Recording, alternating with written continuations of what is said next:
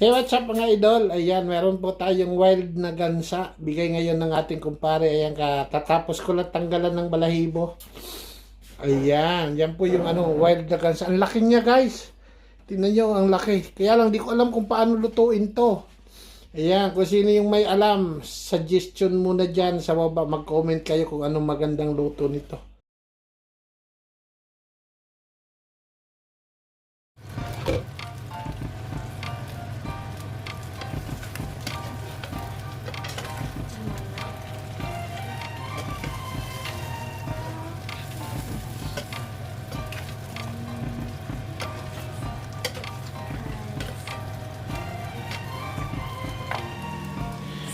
Hello po mga idol. Ayan, magluto tayo ngayon ng adobo sa gata na gansa mga idol. Ayan, wild duck po ito mga idol. Ayan, mag-isa muna tayo mga idol ng luya. Sunod natin dyan yung bawang mga idol. Inigisa natin muna sila para minuto muna yung mga natin ingredients. Tapos mga idol, isusunod na rin natin dito na igisa yung ating sibuyas mga idol. Ayan, lagay na natin yung ating sibuyas, tapos halo-haloin lang natin para maluto siya ng bagya. Ayan, kain lang natin na medyo magkahiwa-hiwalay lang yung sibuyas natin. Ibig sabihin luto na po yung mga idol. Ayan, at saka yan, sunod na rin po natin ngayon mga idol yung ating celery. Ang celery mga idol ay pampatanggal ng lansa po yan mga idol. At saka kung mayroon kayong tanglad mga idol, ilagay nyo na rin yung tanglad o kaya yung dahon ng ng dilaw. Yan, masarap yan kung kayo ay nasa probinsya. Ayan, ilagay na rin natin dito mga idol yung ating pinakuluan na karne ng gansa mga idol or wild duck.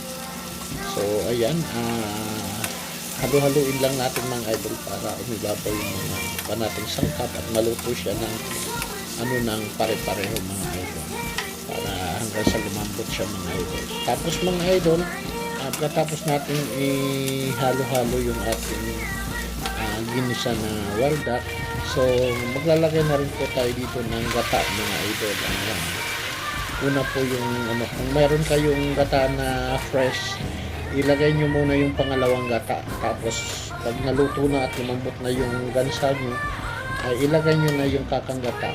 Yun na po ang natin, pang pinali.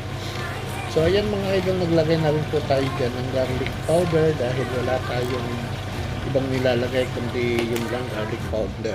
Saka naglagay na rin tayo dyan ng konting asin mga idol. Ayan, so haluin muna natin mga idol para mag-spread yung ating yung sangkap na nilagay natin mga idol. At saka para siguradong lahat ng ng ating karne ay malalagyan ng mga sangkap.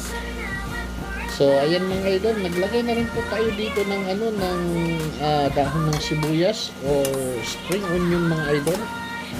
Yan po ay pampadagdag rin po siya ng lasa at saka pampabango rin po yan mga idol.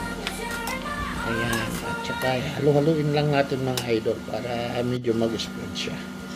Okay mga idol, kung nakikita nyo mga idol ay medyo na siya, malapot-lapot siya ng konti ng mga idol.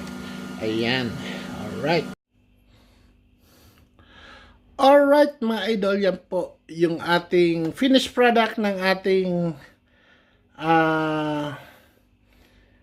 wild duck na niluto, adobo sa gata siya. Ayan, so ayan mga idol, kung makita nyo, ayan ayan, medyo patuyo siya mga idol, patuyo siya, wala siyang sabaw. So ayan na yung ating finished product ng ating adobo sa gata na wild duck. Ayan, o gansa po ito mga idol. Maraming salamat sa panonood. Thank you for watching. Bye-bye!